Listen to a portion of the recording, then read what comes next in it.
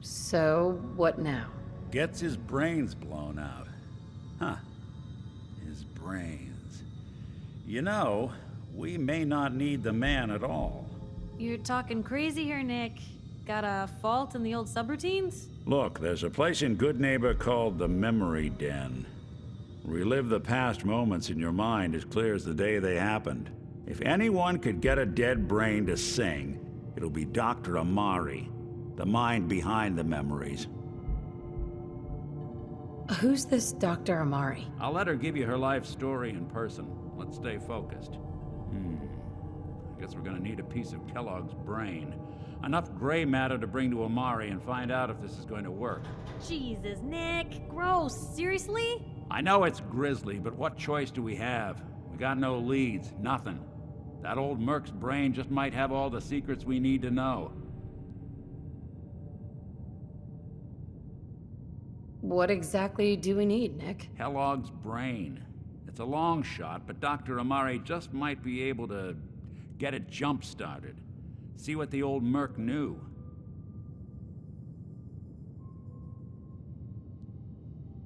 Actually, I think I already have something. Kellogg had this thing attached to his head. Cybernetics, huh? We may have just won the lottery. Whether we're riding this crazy brain train or not, we can't all go running across the Commonwealth, so who's coming with you? I have to go to the Memory Den either way, if I'm going to introduce you to Amari. But if you want to head there together, just say so. Anything else you can tell me about the Memory Den? It's in Good Neighbor, a little slice of trouble northeast a ways. The Memory Den ain't just a fancy name, it's literal.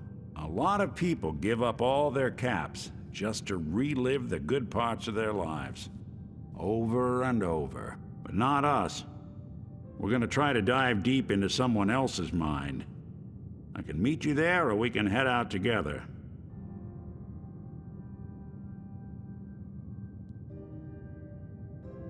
I'll head out with Piper. We'll meet you there, Nick. Sounds good. You two stay out of trouble. Don't worry. We're gonna get your boy back. Just a few more steps.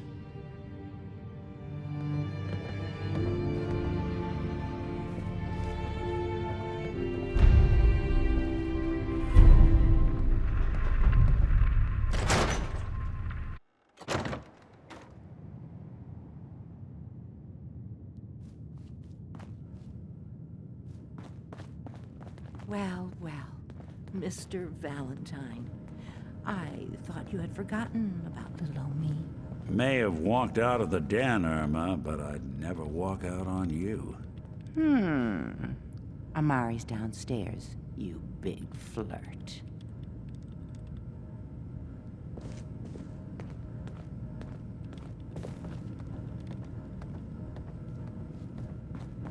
Here for Amari. She's downstairs. Hey, Irma. Whatever you and Nick are up to, I don't need to know. Just don't let the big metal softy hurt himself, all right?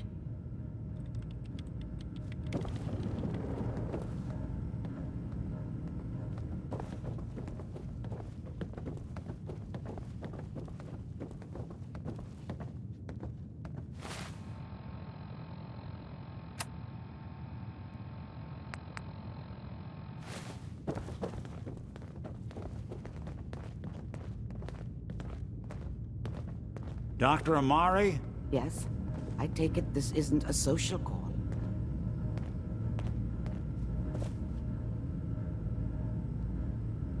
You're the one who can extract memories from a brain, right? Normally, we only allow our clients to experience their own memories. Now, what's this all about? We need a deep dig, Amari, but it's not gonna be easy. The perp, Kellogg, is already cold on the floor. Are you two mad? Putting aside the fact that you're asking me to defile a corpse, you don't realize that the memory simulators require intact, living brains to function. Isn't there some way to make this work? This dead brain had inside knowledge of the Institute, Amari. The biggest scientific secret of the Commonwealth. You need this. And so do we. Fine. I'll take a look.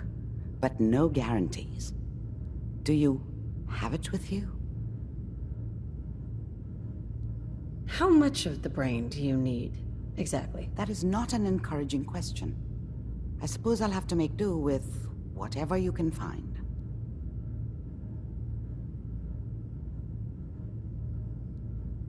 Could you say that like Dr. Frankenstein? Igor, fetch me the brain!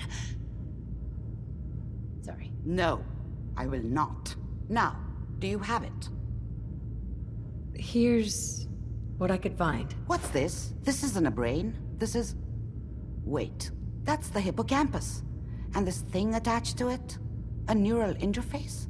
Those circuits look awfully familiar. I'm not surprised. From what I've seen, all Institute technology has a similar architecture.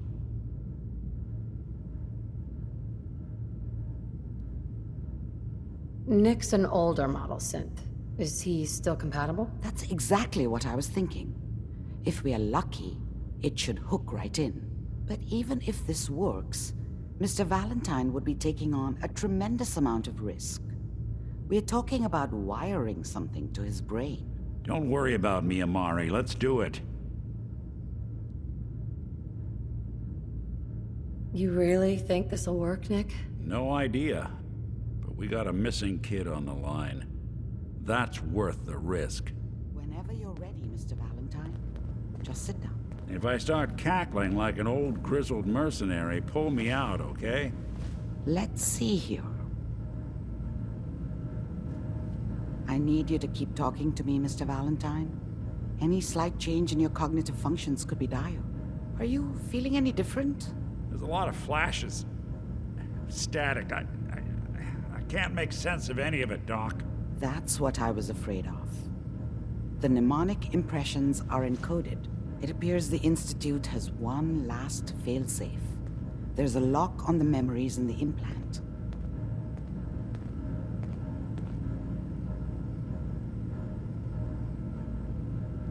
How do you lock memories? The implant is encoding all the mnemonic activity in the hippocampus. Think of it like computer encryption, and we don't have the password. Let's see. A single mind wouldn't be able to crack it. But what if we use two? We load both you and Mr. Valentine into the memory loungers. Run your cognitive functions in parallel. He'll act as a host, while your consciousness drives through whatever memories we can find. Any idea of what I'm gonna see in there? I have no clue. But considering we only have a single piece of the medial temporal lobe and not the whole brain, I doubt it'll be cohesive. All right, let's get started. Just sit down over there and keep your fingers crossed. See you on the other side.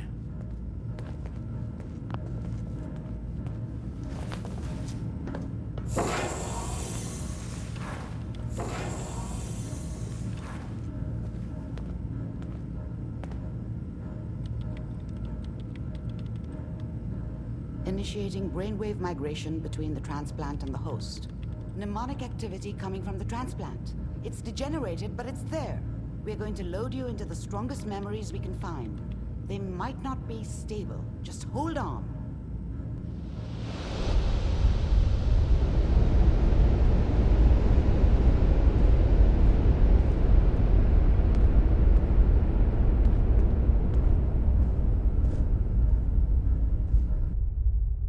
Can you hear me?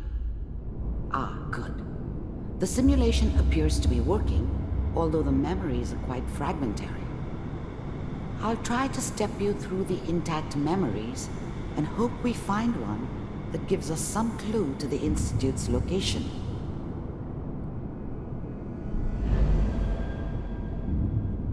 There. This is the earliest intact memory I can find.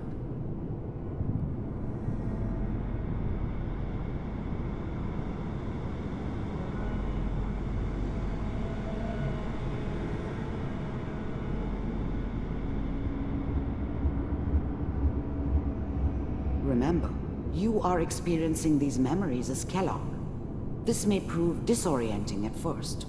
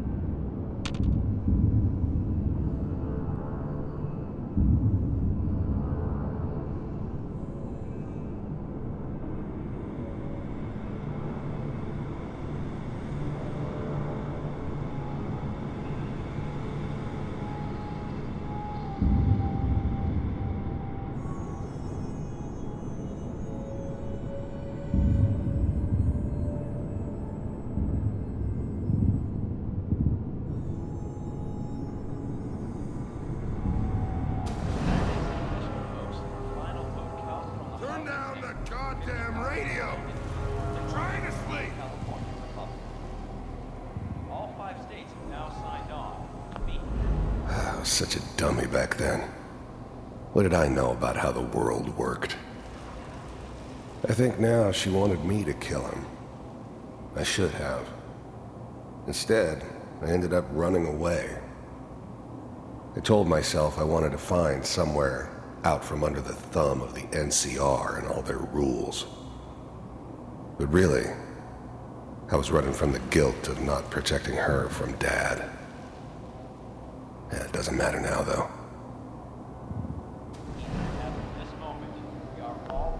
People always hoping for something better. They usually end up with something worse.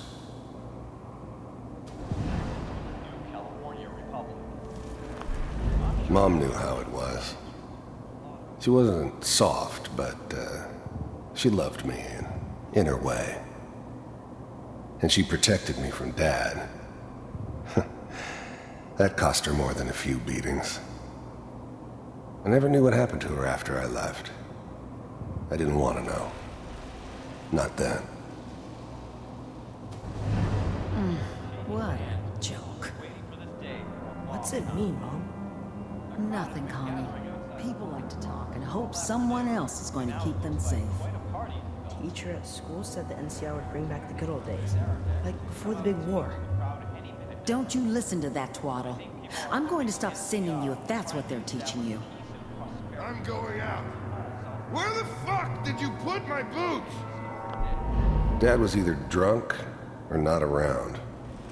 I guess he must have run with one of the raider gangs, but I never really knew what he did. Don't know why Mom was with him. Maybe at some point in his life he wasn't a complete asshole. Listen to me, Connie. You take this. You're old enough. You're the man of the family now. It's your job to protect us. Your father's useless, but you won't turn out like him. You're a good boy. And all that on the radio. All useless talk. The only thing that will protect you in this world is that gun in your hands. You need to learn to use it if you're going to survive. I will, Mom. I promise. I won't let you down. You've always been my good boy. This doesn't seem to be what we're looking for. There appears to be another intact memory close to you in temporal sequence. There. Try that one.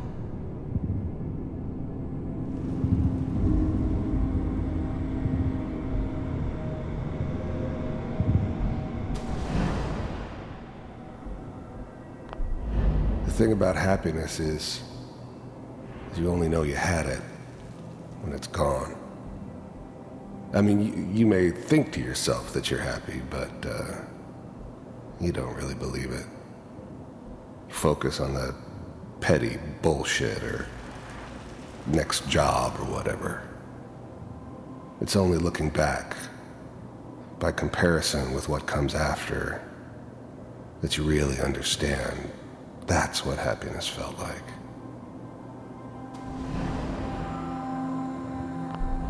I was the worst thing that ever happened to her. If she'd never met me, she'd have stayed in the hub, maybe hooked up with someone who didn't kill people for a living. Probably been happier than she was with me. Almost certainly lived longer. It's gonna be fine. You'll see. But we don't know anybody here, and now... Whatever made me think that a guy like me should have a daughter?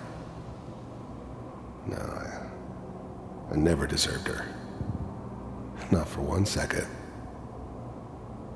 With the baby? Come on, Sarah, you've got to give it a chance.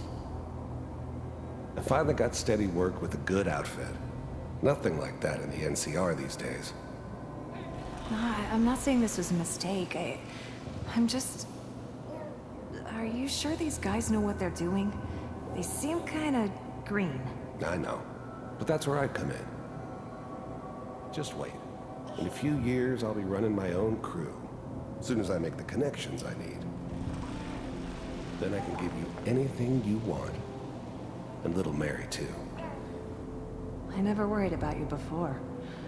Must be my mama instincts kicking in. Who knew I had those, huh? Come on, you're great with her. And you don't need to worry about me. Most of it's just running security for the she. A lot of standing around looking tough. Well, they sure picked the right person for that job. Listen, it's gonna be great here. See this? This is what's gonna keep you and Mary safe. I promise. I know, Connie. I'm sure we're gonna be really happy here. We are. You'll see. That's okay. I got her. Let's keep looking. I'll connect you to the next intact memory.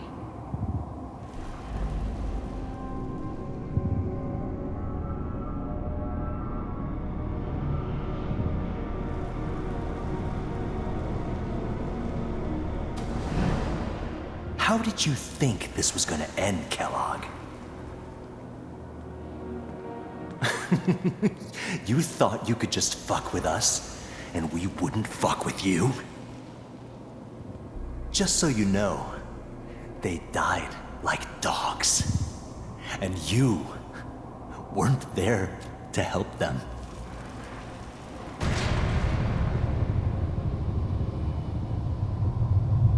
I found another memory to try. I'll connect you.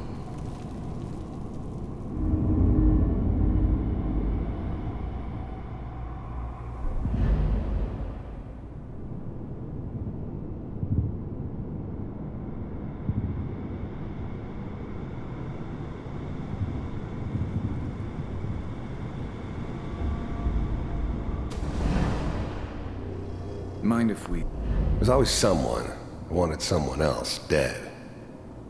Sometimes just roughed up, but dead was usually what they wanted. Sometimes they thought they could cheat me. That was usually only when I first arrived somewhere. Didn't matter to me. They just took it as part of the job. A little extra thrown in for free. I always got paid in the end. One way or another. Sit down. There was always a job for someone like me. Didn't matter what it was. I don't remember much from that time. It all kinda blends together. There was almost always a bar, though. That's universal. Suit yourself. I didn't care where I was going. Ended up mostly wandering east. Getting as far away from San Francisco as I could, maybe.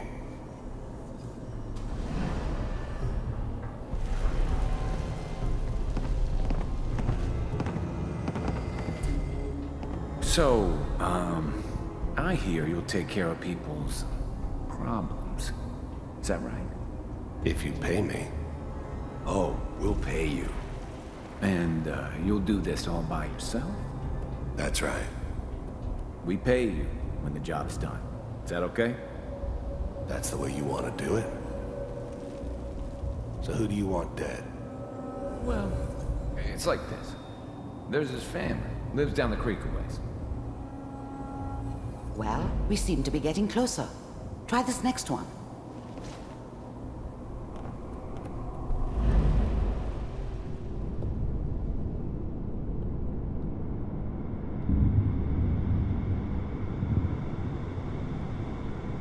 Mr. Kellogg, I'm glad you decided to meet with me. So, I finally ended up in the Commonwealth. I kinda ran out of road. Plus, I'd come to terms with life. I wasn't gonna be stupid enough to get mixed up with caring about other people again. It was just me against the world. And the world had it coming. You're with the Institute. I wanted to see for myself.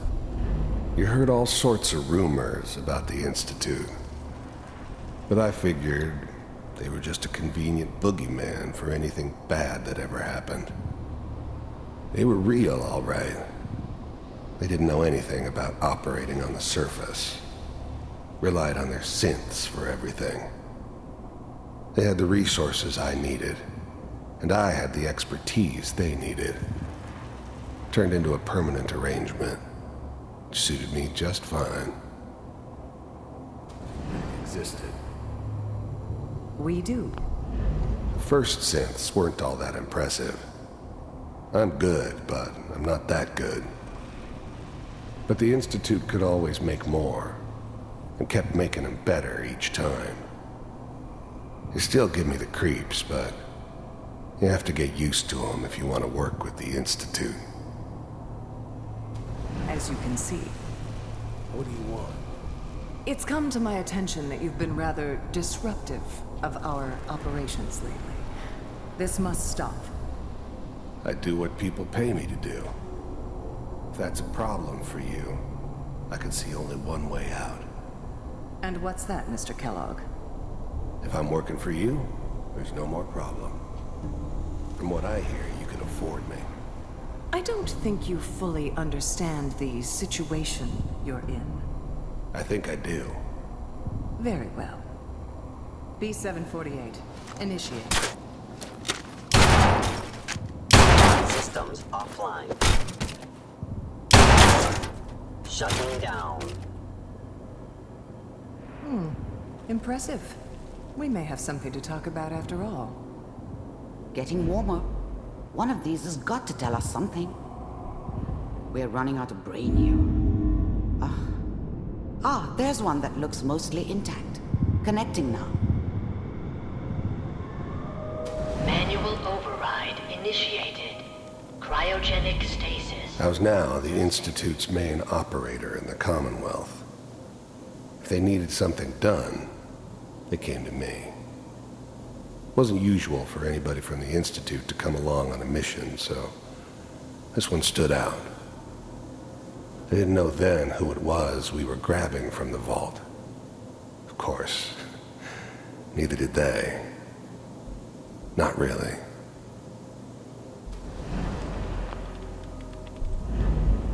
The eggheads never liked taking orders from a dirty, contaminated degenerate like me. But they needed me, and I made sure they knew it. All computers are still working. I'm glad I didn't have to kill the kid. I'm not saying I haven't done it, but, I never liked to. But it was better this way. Better than taking his kid and leaving him alive. That's good. Checking through the logs. Even then, I knew it was a mistake leaving her alive. I understood that kind of revenge. No one better.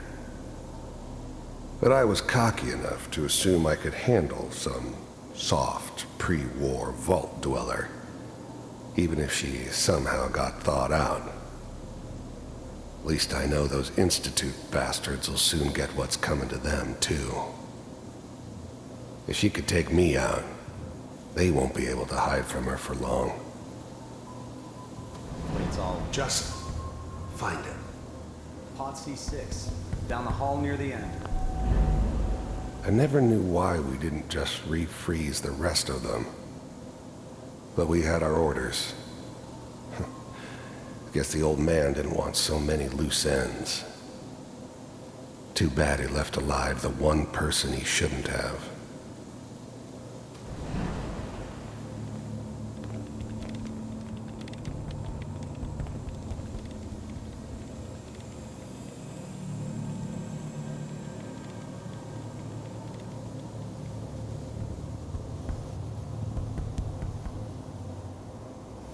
This is the one. Here. Open it.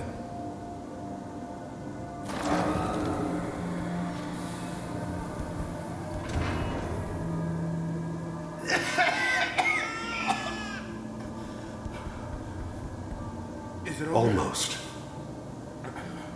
Everything's going to be fine. Okay? Come here. Come here, boy.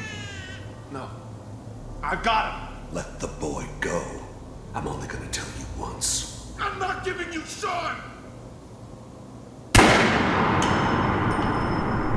God damn it. Get the kid out of here. Let's go. At least we still have the backup. Cryogenic sequence reinitialized. What's the holdup? I'm almost finished, Kellogg. I just need to confirm. Come on. All right, we're good. I'm sorry you had to go through that again. I found another intact memory. Whenever you're ready.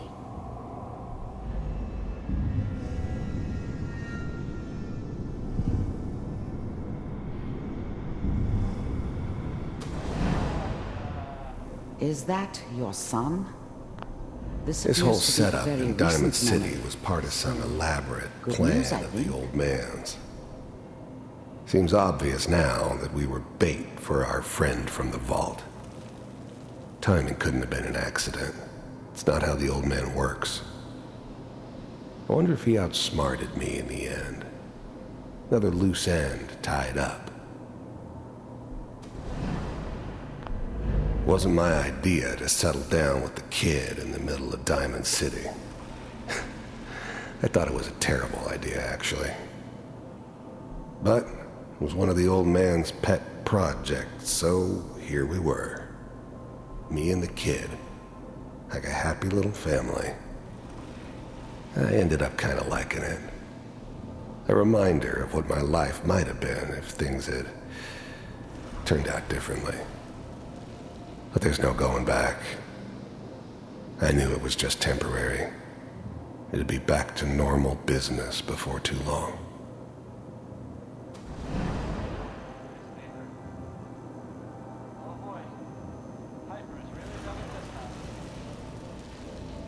I'm not saying she's right, but Mayor, he's gonna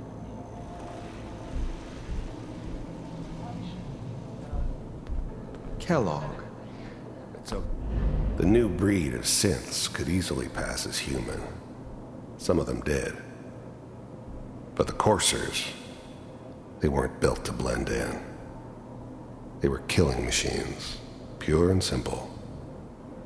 Smarter, stronger, and faster than almost any real human.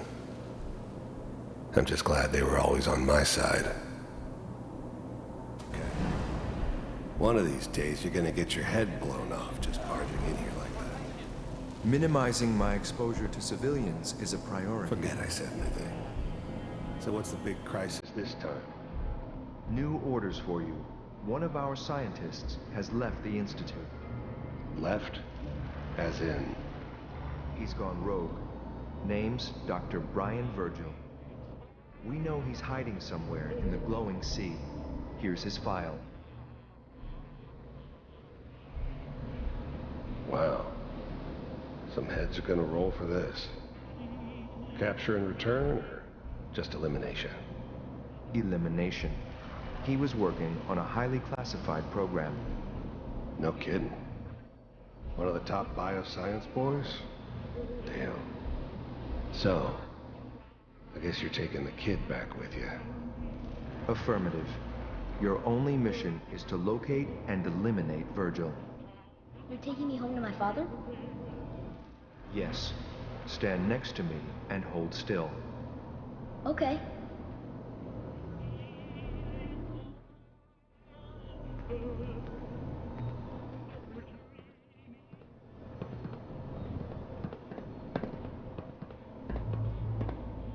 X688.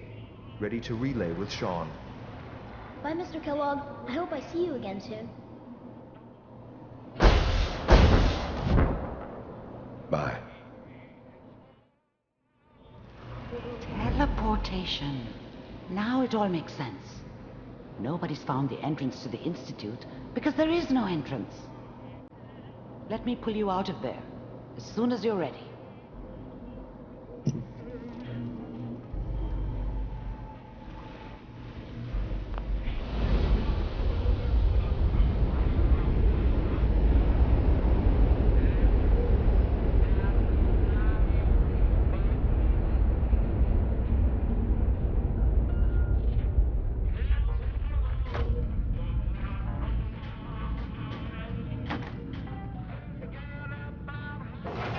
Slow movements, okay?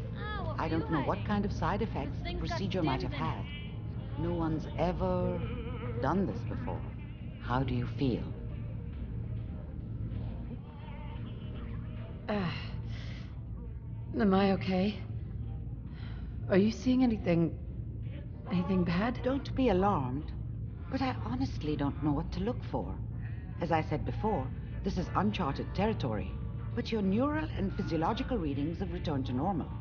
From a medical standpoint, you're fine. Are you ready to talk about what happened in there?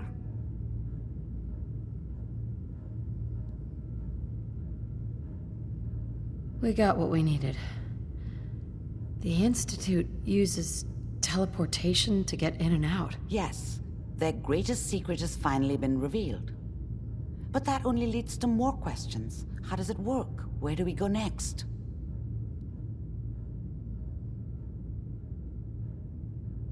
What do you think we should do? Let me think. What about that memory involving Virgil, the rogue Institute scientist? If he were alive, we have a common enemy. He might help us. There's gotta be another way. We delved into every memory we could find. This is the only thing I can think of that might get us more answers.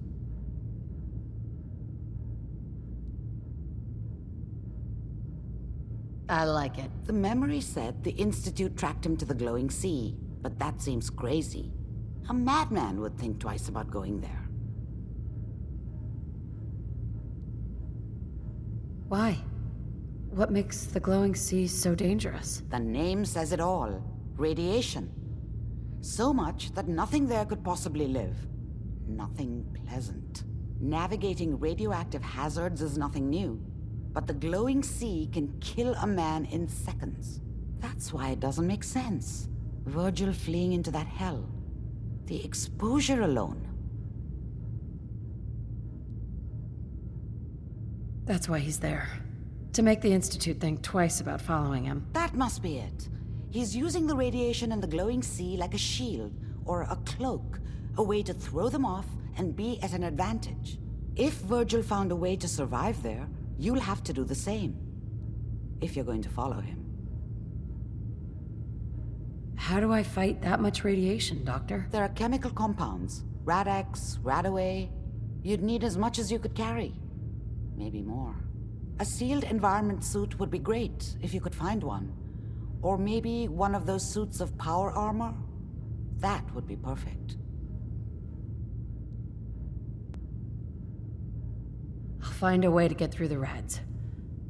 Don't worry. Good luck. And be safe. By the way, I unplugged Mr. Valentine first. Removed the implant while you were waking up. He's waiting for you upstairs.